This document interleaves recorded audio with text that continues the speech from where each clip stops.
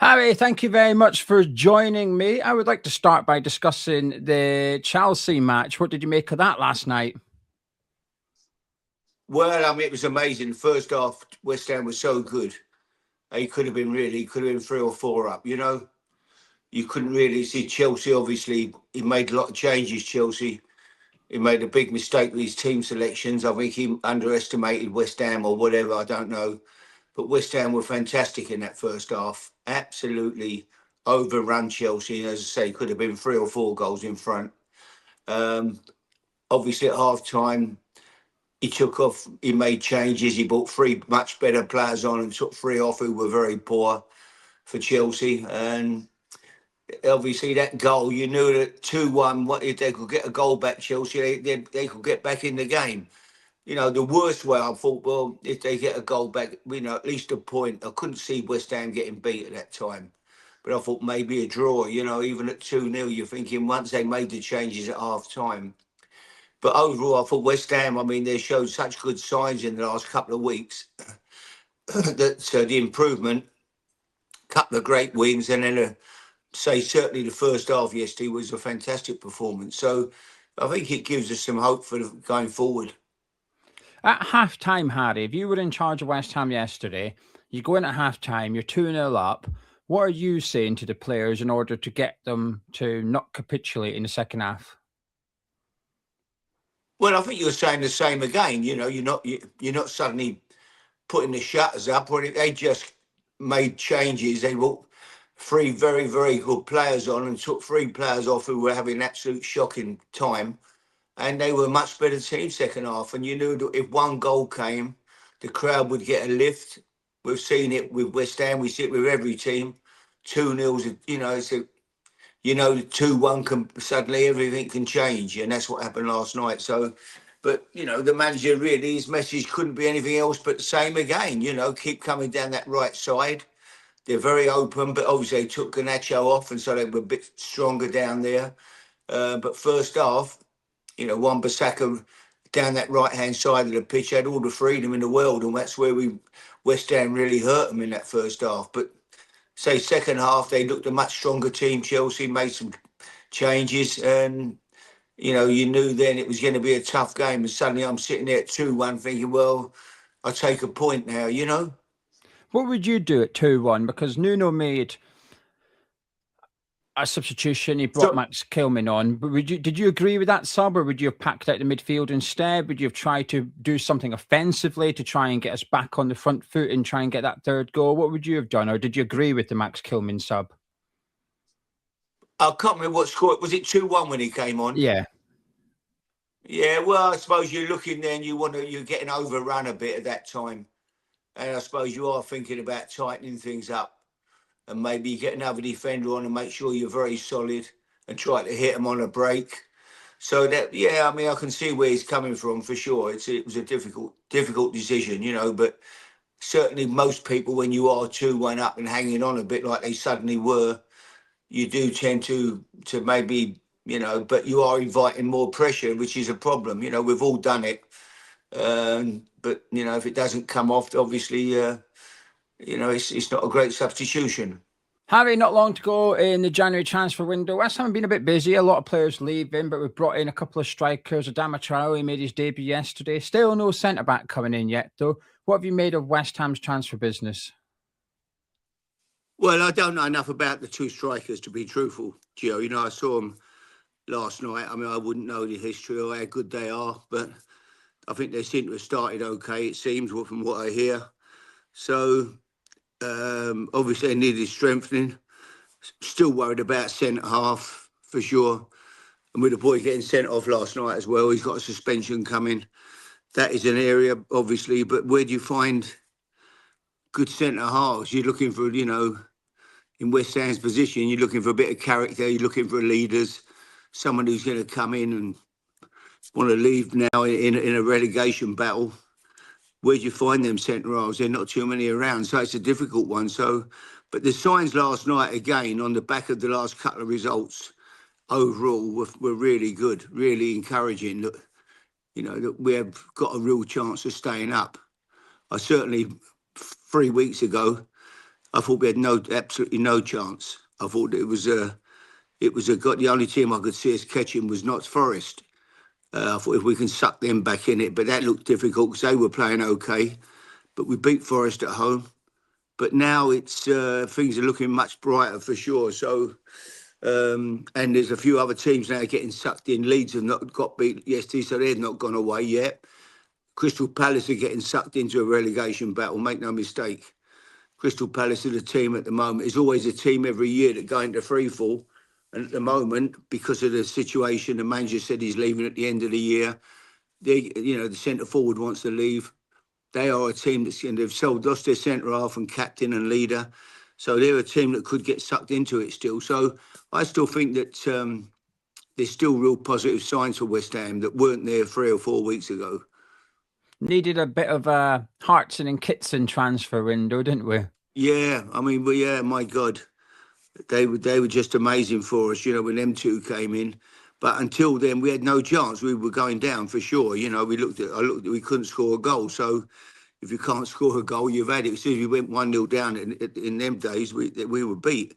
And then suddenly them two came into the club and made the difference. Let's hope these front two are decent. I don't know. I couldn't give an opinion on them, how good they are. I really don't know. No idea. I never heard of them before they arrived. So, like everybody, waiting to see if they're good enough, the front two. But certainly the centre half position is one that is where we don't look strong. Really, we could do it at least one centre half really. But where do you find them at the moment in the window? It's very difficult. As a manager from the old school cloth, if you like, of the English Premier League, how important was it to you to have control over the transfers coming in and out of the club, especially at such a pivotal time in the season like what we are at West Ham right now? Well, it was different, Joe, because all the players in them days came from they were all British players. Yeah. All came from this part of the world, now all the players, they're all foreign. They all come from wherever. So as a manager, when do you get to watch them play? Back in the day, every Sunday you'd go and watch a match. You played on a Saturday. Every midweek you'd be out watching games, and you could see players. You'd go out and find, you'd go and scout them, and scouts would be looking at them, and then you'd go and you knew them anyway. You'd see them every week, and you know the ins and outs of them. You know a manager who they played for before, who you could ring up and say, "Listen, what's he like?" And they go, "Yeah, he's all right." Or Harry, don't touch him. I've had them, and that was how it was. We all knew each other. It was all British managers and British players, so it was different to scout him. Now, how do you see? West Ham have just signed a couple. When would the manager would have had no chance? He ain't been to watch him play. He's relying on somebody else bringing them in and an agent telling the chairman how good they are. And that's the way it works now. It's very, very different. I mean, I don't know. It's certainly the manager had very little say. I think now the manager would have. So I heard a program the other week on the radio where chief executive was saying the manager has there's 6 people on the committee and he has he has a sixth of a vote. And they said, does he have the final vote? They said no, he has the same vote as the rest of us, which is probably got 4 people on the board who've never kicked the ball in their life or played football at any level or know very little about football or even followed football in lots of cases, who are now choosing the players. And because they're academic or they're chief executives or they're whatever position they hold at the club. And so it must be very frustrating to be a football manager in these days. I want to go back to a couple of weeks ago. There was a lot of rumours about you potentially coming back to West Ham and taking a manager's job, and you were on TalkSports and you would do it for free kind of thing. Were you serious about that, or was it a bit tongue-in-cheek? No, I knew. Listen, I know I've got no chance of getting I'm 79 in a couple of weeks. I'm not going to get a job. I've had it. I've had my time. And now I'm busy all the time. So it wasn't something that, it was just, it was tongue-in-cheek, but I mean, I would go anywhere. No, I'm not just talking. I'd go, but because I enjoy it, if a Division 2 team rang me up, I'd probably go and do it. It probably cost me money because I'd have to lose other stuff that I do, the companies I work for or whatever. But yeah, I love it. I would go in and do it somewhere, but I'm talking about anywhere. anyway. But I'm not sitting here thinking I'm going to be the manager of West Ham again. I'd be deluded. I think they'd need to lock me up. I mean, if I start thinking that, I'm not. It wasn't. That wasn't. I certainly wasn't thinking that I was ever going to get a job as manager of West Ham, or I take it you never had a phone call from the club then to sound you No, out. of course not. No, absolutely not. No. Harry, you like a flutter on the GGs. I'm not going to ask you Yeah. for a horse tip, don't worry. But if you had to stick a little wager on the three teams to get relegated at this point, which three teams? Wolves have gone, obviously. Wolves have gone. Burnley are struggling, They can't quite get a win. They get lots of draws, can't really get a win. But they're not completely out of it, As we saw with West Ham, a couple of wins. So I couldn't completely write them off, but they'd be favourites to go down at the moment with, with Wolves. And then the third spot is up for grabs. I 3 weeks ago, I said West Ham was certain to go down. But what I've seen the last couple of games, it gives you real hope that they can stay up. Who go? I don't know. As I say, Leeds have suddenly. I'm looking at Leeds suddenly. I'm thinking, well, they had a great run, but they're still not out of it. They're still not out of trouble. Not Forest certainly ain't out of trouble. Crystal Palace are getting sucked into trouble. So it's wide open still. And if West Ham continue to play the way they've played the last few games, and when you've got Bowen and people like that who work their socks off, and I still think there's a real chance of West Ham getting out of it. I really do now. I didn't see that 3 weeks ago, but I do now. If the worst case happened and we did get relegated, how damaging would it be for West Ham United? Because I think there's a lot of fear from West Ham fans that we'd go down and perhaps not come straight back up. Or do you think we're such a big club that as long as we got it right, we'd be okay? But then do you have confidence in us getting it right? Well, I think if they were in the league, in the championship this year, they'd walk through it because it's a very poor championship. Very, very poor champ. I watch a lot of championship games. It's quite an average league this year. Next year may be stronger. I don't. It probably, it might be a bit stronger next year. Depends. But I wouldn't be thinking about. I would if they went down. I think they would if they could hang on to the people like Bowen and that. They'd come straight back up. But will you keep all your players? Difficult one. But I wouldn't even be thinking about that at the moment. I'd be positive and think we're not going down. We're going to stay up. We're going to go on a run that we're on at the moment. Okay, yesterday, great first half. Second half was difficult. But in the main, the last three or four games, real encouragement. Lots of positives to come out of them games. So let's not even think about relegation. Let's think about, staying up. And I really do believe now that I didn't believe 3 weeks ago that they can do it. So I wouldn't be looking at getting relegated. I think there's nothing in it now between 3 or 4 teams. 5-6 points is nothing. You can close that gap very quickly.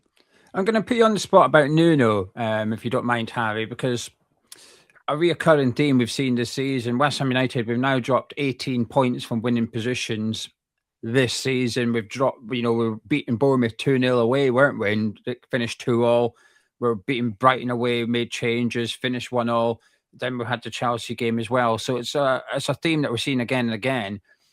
And I think a lot of fans are getting frustrated that it's play really well in the first half, go ahead, and come out the second half and try and hold on to what you've got. But we're not good enough to do that because we've kept one clean sheet all season, which ironically was against Nuno at Nottingham Forest. So there's a lot of frustrations, I think, with fans with Nuno's tactics in the second half. Is that something you agree with, or he needs to solve, or do you think that he's just been a bit unlucky? I don't see every game, Joe. I just know that yesterday, no matter what you'd have done, at half time, you looked at Chelsea's team. It was a completely different. It was a different team to that very, very poor lot in the first half. They brought on 3 top players. And you knew that if they got a goal back, no matter how you played, where you set your team up, you were going to come under pressure. You're away from home at Stamford Bridge, not an easy place to go. And you knew that they'd come on strong. And they got that goal. And then it was a case of, trying to hang on. And that, unfortunately, the power swung their way. Momentum was with them. And they started to play and they looked a good team. But So it's difficult. I don't know what more he could have done yesterday. I think it's, as you say, you can criticise him for changing the centre half, but bringing the centre half on and trying to shut up shop. But I think that's, yeah, I can see most people would have gone that way. And as I say, we've all done it, but it don't. Sometimes you're better off keep being positive and going at them. But it's a difficult one. You can't do right for wrong. But there was, I keep saying, there were enough positives from that first half performance. Even then, they had a great chance late on West Ham. Yeah. To Yeah, have gone on Todibo. and nick the won the game. So yeah, you came out and you thought, hey, that was they've not gone there and laid down without having. They've gone there and had a real go. And so yeah, I think this morning it's looking a lot brighter than it did a few weeks ago for sure. The last question then, Harry, I want to just talk about or get your view on what the mood around the camp would be, because obviously a few weeks ago we beat QPR, then we followed it up with a win away to Spurs, then we beat Sunderland, and a couple of players have spoke about how the training ground's been a lot happier, a lot Yeah, more of course. belief, a lot more confident.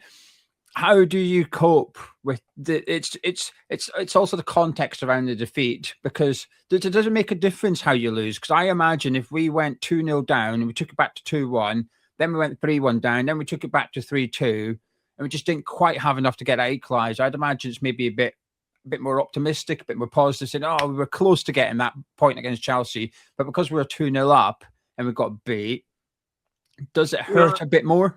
Well, it might, but I think you look at that first half and you think, hang on, look at that performance in that first half. We were fantastic.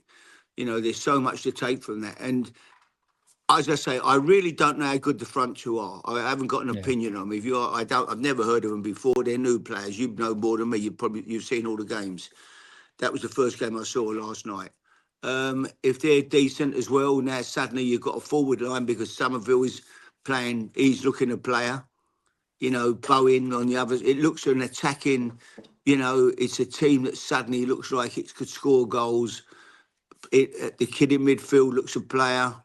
They suddenly look a much better team. So I would think, yeah, there'll be positives around the training ground. They'll go back. Hey, hang on, we are playing well again. We're on a bit of a roll. Okay, it didn't end up the right way last night for sure, but there was lots of positives to take from that game, and so I think everyone will be upbeat about that game in the long term. They'll think, yeah, we showed enough to make us.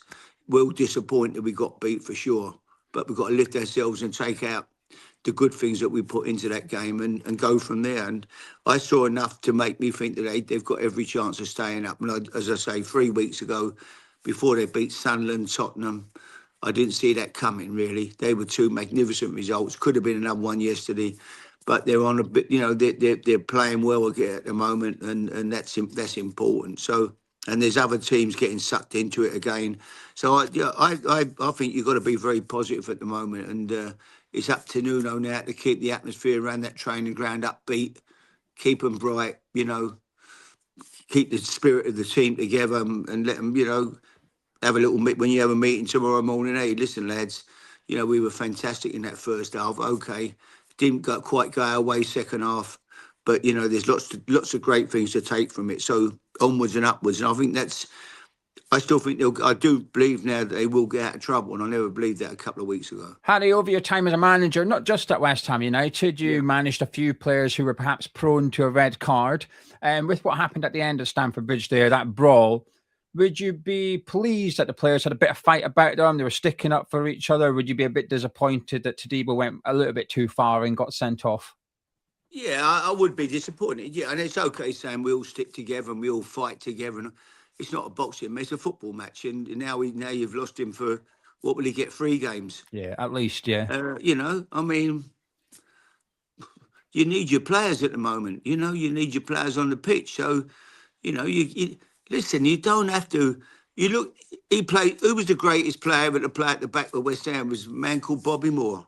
You didn't see Bobby going getting in, fighting and throwing punches, and keep your head. What you're doing, they all come running, all want to fight and have a row. It's crazy. Every time there's a little now, it's too much. It's crackers. You need a cool head, and it's like that's how That's how the greatest of them all. That's how he played the game. And now you don't need what happened last night. No, I'd have no sympathy with him at all. I think that I'd be very disappointed with people running in, all running. Just let the referees sort it out. It was no big deal what was going on. Why everyone got to run all from every part of the pitch to get involved in a punch up? It's crackers. Right, we'll finish up with a bit of fun, Harry. If you could bring one player that you've managed at West Ham United and put them in the current West Ham team, who would you pick and why? What, the players I've played with? Or managed. Or managed? Well, I'd have Bobby first of all, wouldn't you? The players I've managed, could probably do at the moment, looking at that team now, they brought a couple of front men in. Would you take a Paolo Di Canio to give you a bit of genius to go and win games for you?